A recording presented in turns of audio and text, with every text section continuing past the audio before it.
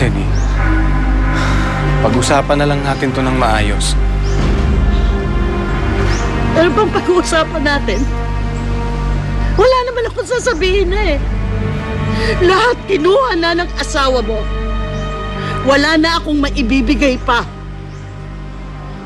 Konting panahon lang, Zenny. Konting panahon lang hinihingi ko na makasama si Lyra. Pero hindi mo pa pinagbigyan. Madamot ka, Zenny. Kaya dapat lang yan sa'yo. Umamin ka rin. Napakasama mo talagang tao! Napakasama mo tao! Kasalanan mo to. Nagkamali ka ng kinalaban.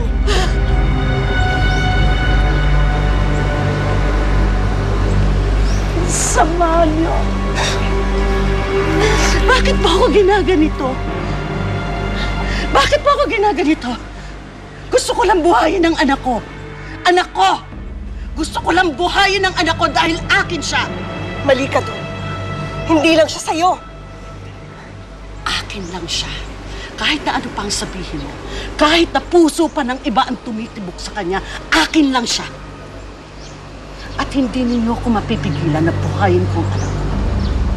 Dahil yun ang obligasyon ko sa kanya.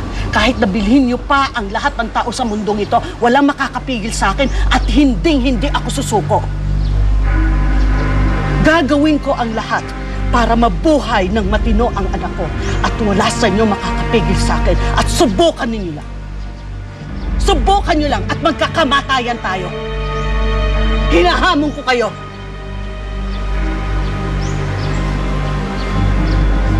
Hinahamon ko kayo.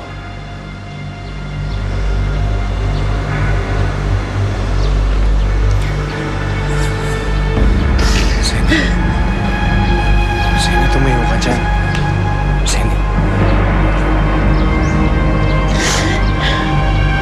Hindi ko kailangan ng tulong mo. Kaya ko tumayo mag-isa. Jenny!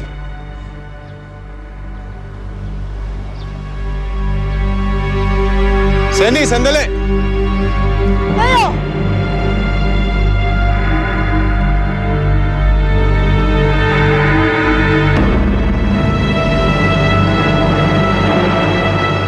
Sa tingin mo, pag nalaman ni Prince yung ginawa mo, matutuwa yun sa'yo? Hindi ako papayag na gano'n ang mangyari, Jillian. Tandaan mo to, nagsisimula pa lang ako. Ano na yan? Wala, Mars. Gulong-gulo na ako.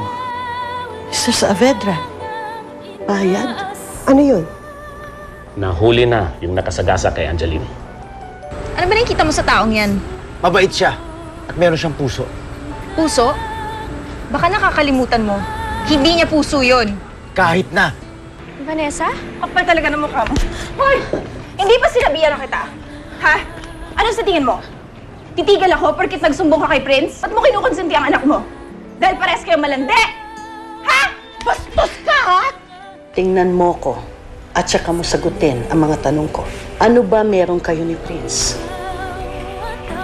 Sagutin mo ko, Lyra.